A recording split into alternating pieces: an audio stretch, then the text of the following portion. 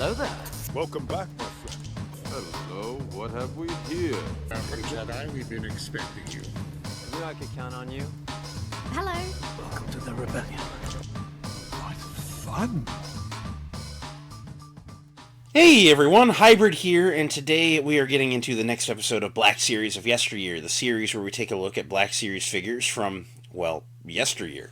So today we are going to be combining two waves, being 14 and 15 of what was released in the red and black line, because of the 16 figures, 10 of them were repacks of very recent figures.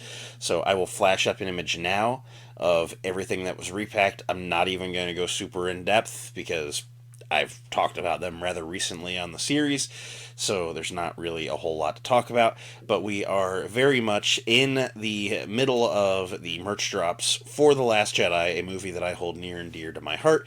So of course there's a lot of Last Jedi repacks, and then of the new figures there are 6, and 4 of them are Last Jedi related. So that said, let's get into them.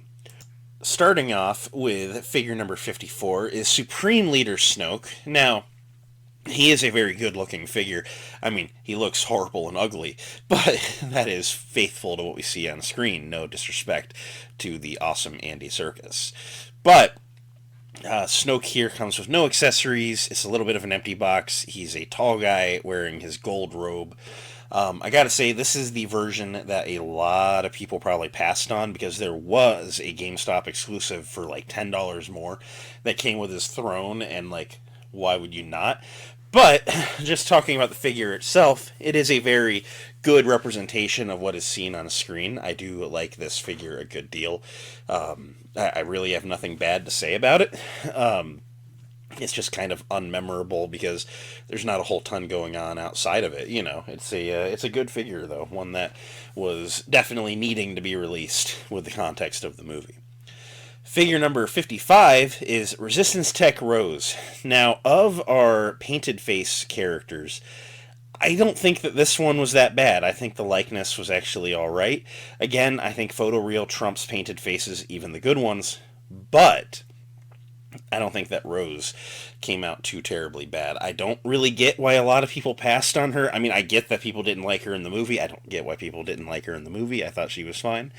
But she has a very good recreation of her outfit. There's some nice wash to it. She comes with a cool blaster and her little stun gun that she uses on Finn in the beginning of the movie. And I just have nothing bad to say about this one. I look at it and I'm like, yep, that's a really good representation of Rose.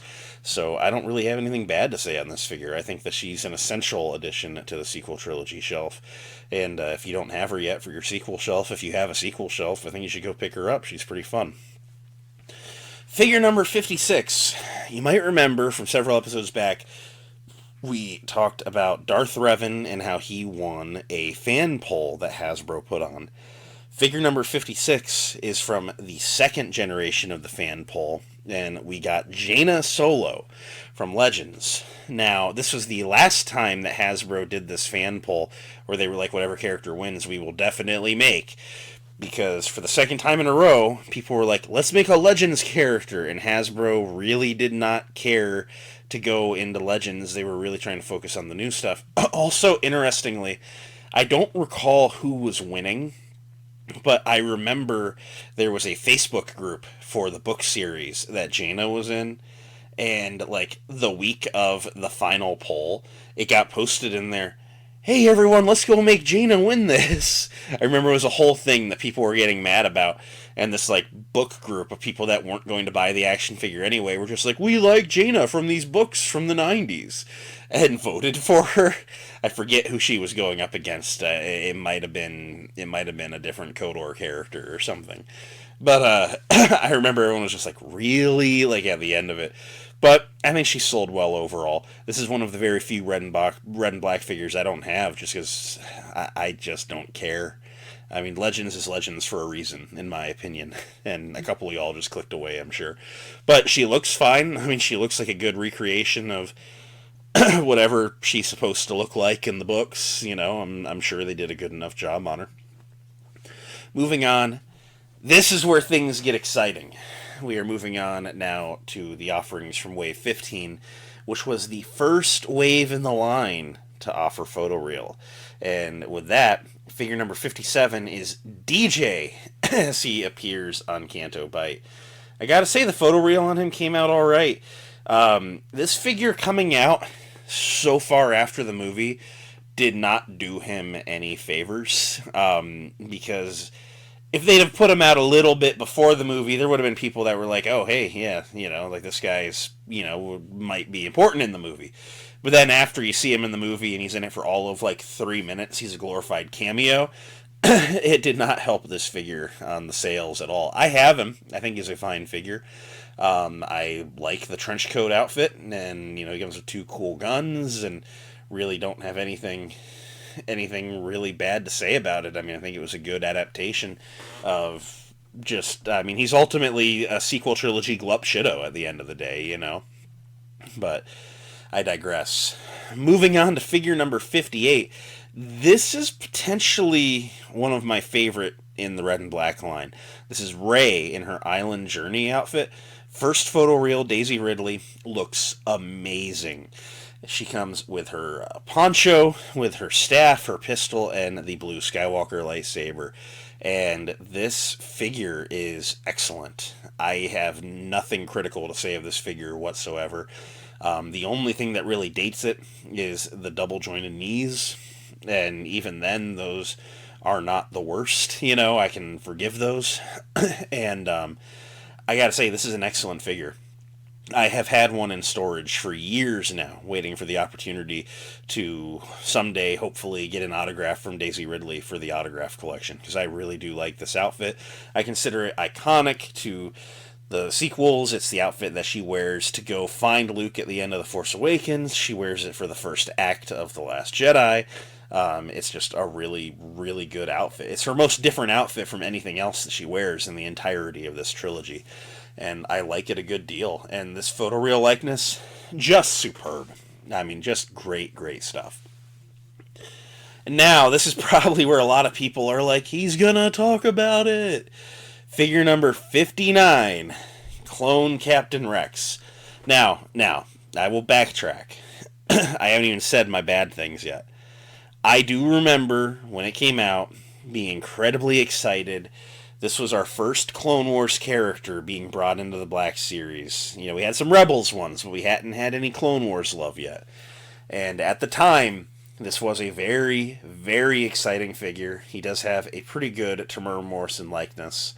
I do like the likeness. He has some weathering that, is nice. They did a good job. He definitely, it's a good representation of the character. However, y'all know me. I just despise this old Clone Trooper mold. They modified the elbows on him, so at least he can finally get, 90 degrees and past, which the prior Clone Troopers in the line could not. But there's just so much hindrance on this old clone mold that I have been an advocate for years now that we need a new Phase 2 Captain Rex, especially now we have that 2023 Clone Trooper mold. I think that it is just a requirement of the line at this point. So, it's something where I have to look at it through the goggles of 2017 myself, or this would have been early 2018. I think it's good that it happened. I'm glad that it's out. It's a good, fine figure. But it's just not aged very well now that we have these new clone molds. So, Phase 2 Rex I would like to see a redo of, but the excitement of the time was palpable, and I will remember that. He was difficult to get to. One of the few orange or red box figures that I had to overpay for on the secondary market. So, anyways, now that I've said some nice things about that Rex, which I don't normally do at this point, remember, I have to look at it through those old goggles. But he is objectively fine for the time, on par with any clone at the time. I would like to say that before 2020, the line had no good clones, however. That's a hot take.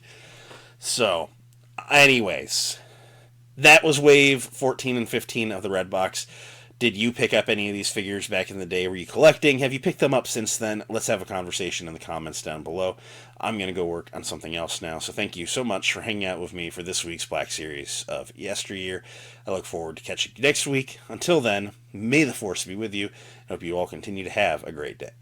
Bye.